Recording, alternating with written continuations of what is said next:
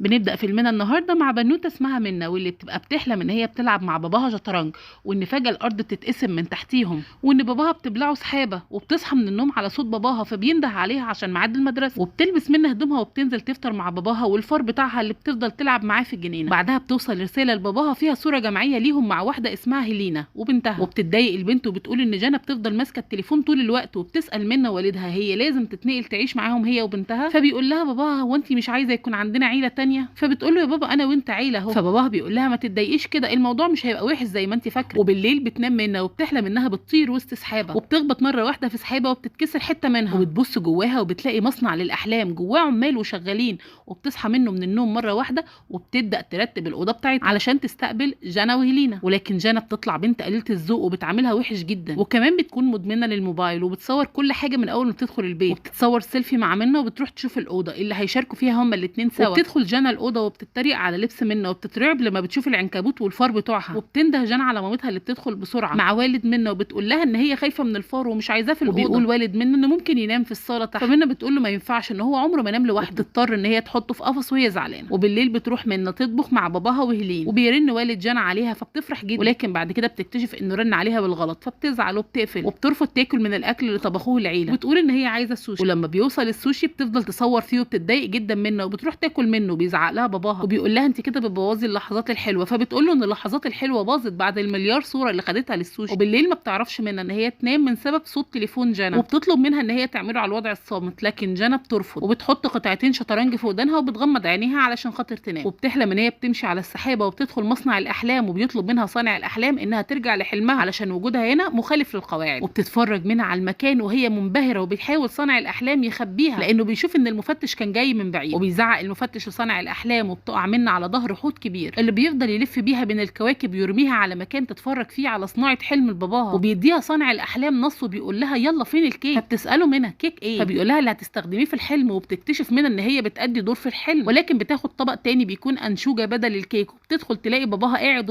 وبتقدم له الانشوجه على انها الكيك. وبيتوتر صانع الاحلام بسبب الغلطه دي، تعزف الفرقه بعد ما بياكل باباها من الانشوجه، وبينبسط بيها جدا، وبيفرح صانع الاحلام ان الحلم مشي كويس. وبيدخل مره واحده البنت اللي كانت هتمثل دور منى في الحلم، وبيتخانقوا مع بعض في الحقيقه، وبياخدها صانع الاحلام بعدها وبيركبوا عربيه قطر صغير وبيمشوا في المكان، بتتفرج على كل مسرح بيتعمل فيه حلم لكل شخص، وبيوصلها صانع الاحلام لبوابه الاحلام. وبتدخل تاني تصحى من النوم، وبتلاقي جانا صاحيه وبترمي اللبن على الفار الصغير بتاعها، وبتقول لمامتها ان هي عايزه تتخلص منه لانه بيجيب امراض وهي مش حابه وجوده في البيت. وبيفضل والد منى يدور على انشوجه ويقول لهم انا حلمت اني باكل انشوجه وصحيت لقيت نفسي فيها. بيقول لهم انه في عيد ميلاده عايزهم يجيبوا له انشوجه بدل التورت. وبتقول هيلينا ان الاحلام تقدر تكون لها تاثير كبير علينا. وبتنام منى بالليل علشان تدخل عالم الاحلام، وتفضل تنده على صانع الاحلام وتقول له ساعدني نلاقي مسرح احلام جانا، وبيرفض مساعدتها صانع الاحلام اللي بيبقى اسمه جاف. وبتقعد تعيط وتحكي له ان جانا عايزه تاخد الفار بتاعها وتحطه في ملجأ، وانها لازم تخليها تحبه في الحلم زي ما باباها صاحي بيحب الانشوجه بسبب الحلم. فبيقول لها جاف انه مش هينفع، وان هي اللي بتعمله ده هيخليها تدمر النظام بتاعها. فبتترجاه منه وبتقعد تعيط، فبيوافق بشرط ان هي تفضل بعد كده في احلامها وملهاش دعوه باحلام اي حد تاني. وبياخد جاف منى المسرح احلام جانا، وبيدخلوا لها فار كبير يرقص معاها، وبيخلص الحلم وبتشكره منى. وبيقول لها جاف انه لازم يرجعها بسرعه للمسرح بتاعها، وانها لو فضلت اكتر من كده مش هتعرف تصحى تاني وهتفضل في عالم الاحلام للابد. وبتصحى منى وبتلاقي جانا بتلعب مع الفار وبتفرح جدا جدا، وبتفضل تصور جانا في الفار وتنشر صوره على الانترنت. ولما بتقعد منى تتفرج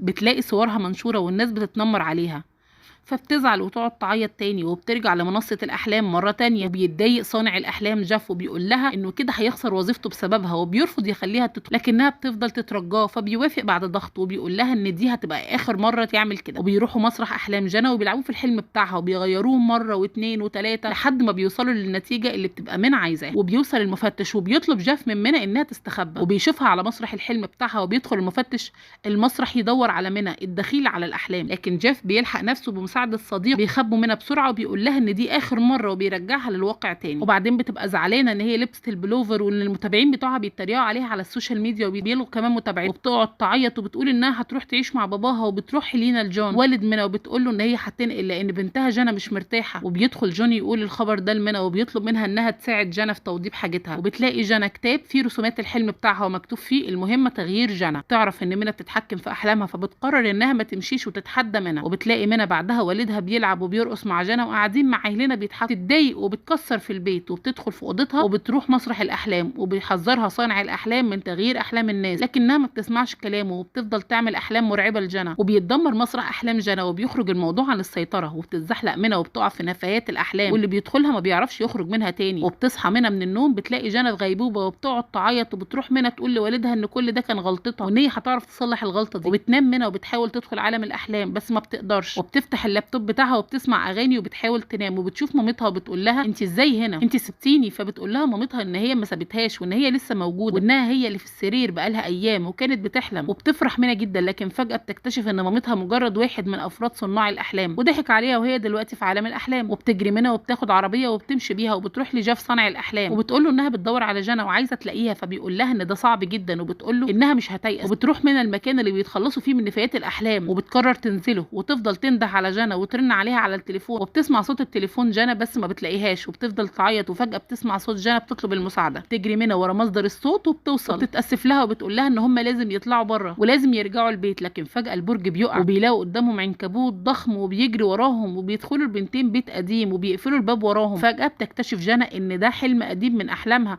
لما كانت بتشوف مامتها وباباها بيتخانقوا بسببها، وكانت بتحاول تنسى الحلم ده طول الوقت. وبتقول لها منى ما تزعليش لو باباكي سابكم، وانها هي كمان مامتها سابتهم وان عليهم ان هم يبقوا اخوات. فبتوافق وبتمسك ايديها وبيضحك. تدخل جنى الاوضه اللي فيها الحلم وبتوقف الصوت، وبيخرجوا من البيت القديم وبيقرروا يروحوا بسرعه على مسرح جنى علشان تعرف ترجع تاني. ولكن منى بتقع وبيظهر العنكبوت مره تانية وبتطلب منها من جنى تاخد اداه التحكم في الاحلام وتمسك العصايه بتاعته وتحركها، وبتبدا الحاجات تطير حواليهم وتتحكم فيها منى، وبتعمل منها سلم يطلعوا عليه ويفضلوا ينطوا علشان يوصلوا للمسرح ويشوفهم صانع الاحلام، وبينزل بسرعه يساعدهم وبينجحوا في الرجوع للمسرح مره تانية. وقبل ما بترجع منى بتحضن صانع الاحلام، وبعدها تصحى من النوم وبتجري تطمن على جنى بتلاقيها نايمه، وبعدها بتصحيها وبتحضنها. وبيتحول منى وجنى من بعدها الاخوات بيحبوا بعض وبيكونوا اسره صغيره جميله وبيرقصوا سوا، وبتنتهي حكايتهم مع صانع الاحلام.